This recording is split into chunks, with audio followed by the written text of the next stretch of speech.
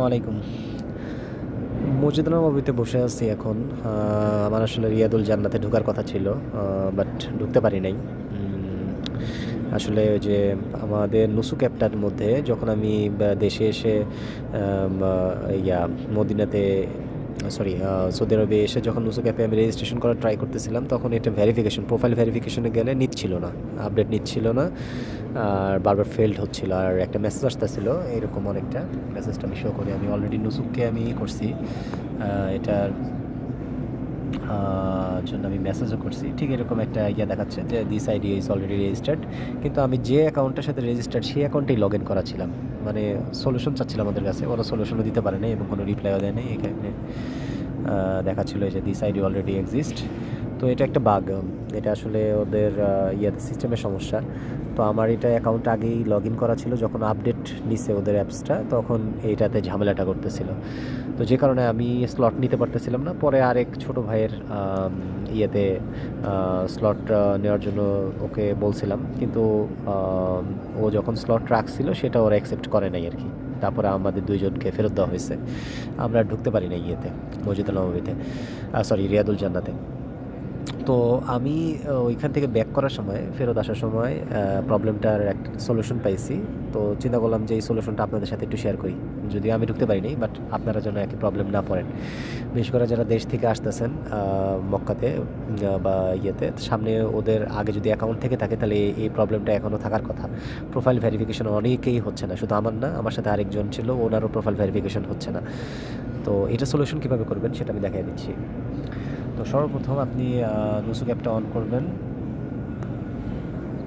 Nusuk অ্যাপটা open করার পরে আপনি ফর এক্সাম্পল লগ ইন করা আছেন, তো লগ ইন করা অবস্থায় যখন প্রোফাইল ভেরিফিকেশন আপনার ওরকম নিবে না, তখন আপনি আপনার অ্যাকাউন্টটা ডিলিট করে ফেলবেন। তো অ্যাকাউন্টটা ডিলিট করতে গেলে কী করতে হবে, একটু দেখাচ্ছি। এই যে ম্যানেজ ইউর ডিটেলস, এইটাতে ক্লিক করবেন। এরপরে সবার নিচে দেখবেন ডিলিট অ্যাকাউন্ট। এই ডিলিট অ্যাকাউন্টে গিয়ে আপনি অ্যাকাউন্ট ডিলিট করবেন। ডিলিট করার পরে আবার পুনরায় আপনি রেজিস্টার করবেন নতুন করে। রেজিস্টার করার পরে আপনার প্রোফাইল, পাসপোর্ট আইডি এবং ভিসা নাম্বার চাবে। তো আপনি এটা দিয়ে আপনি নতুন করে অ্যাকাউন্ট করবেন এবং তারপরে দেখবেন আপনারটা ভেরিফিকেশন হয়ে গেছে। তো আমার যেমন এখন অলরেডি ভেরিফাইড হয়ে গেছে। তো এইটা একটা বিষয়। আর দ্বিতীয়ত হচ্ছে, যদি আপনার ফ্যামিলির কোনো মেম্বার থাকে বা আপনার এমন কোনো বৃদ্ধ মানুষ থাকে যারা এই বিষয়গুলো কীভাবে স্লটটা নিতে হয় সেটা পারে না, সেটা আপনি কীভাবে করবেন সেটা আমি দেখাই দিচ্ছি। তো প্রথমে আপনি কীভাবে স্লট নেবেন, এখান থেকে রিয়াদুল জান্নার স্লট কীভাবে নেবেন সেটা দেখাই দিচ্ছি। তো প্রথমে হোমে যাবেন। হোমে যাওয়ার পরে রওদা সিলেক্ট করবেন। রওদা সিলেক্ট করার পরে আপনি জেন্ডার সিলেক্ট করবেন। মেল সিলেক্ট করলাম।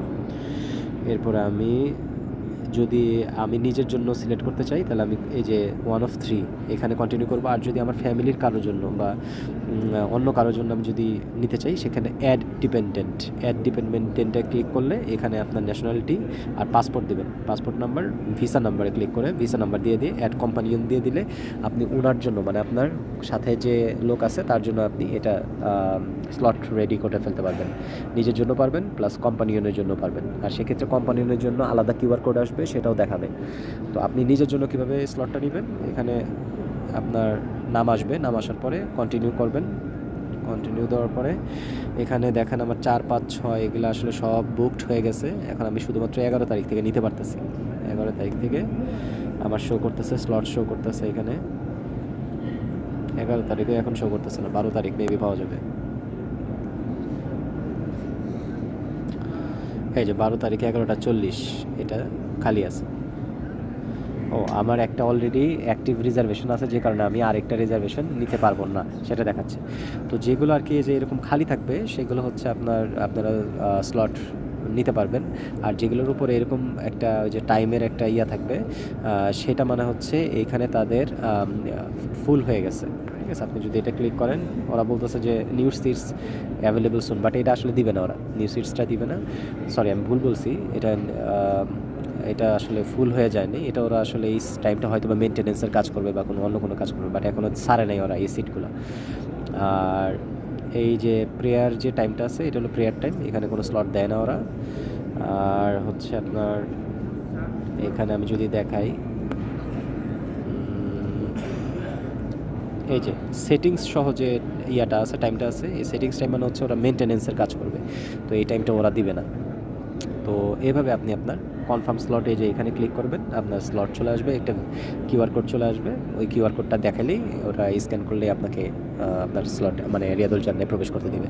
তো এইভাবে আপনি নিজের জন্য প্লাস আপনার ডিপেন্ডেন্স যারা আছে, ফ্যামিলি মেম্বার বা ফ্যামিলি মেম্বারের বাইরে যাদের ফ্রেন্ডস আছে যারা পারে না এই কাজগুলো, তাদেরকে আপনি অ্যাড করে তাদের জন্য আপনি রিয়াদুল জান্নাহ পারমিট নিয়ে নিতে পারেন। তো এটাই আর কি আজকের টিপস।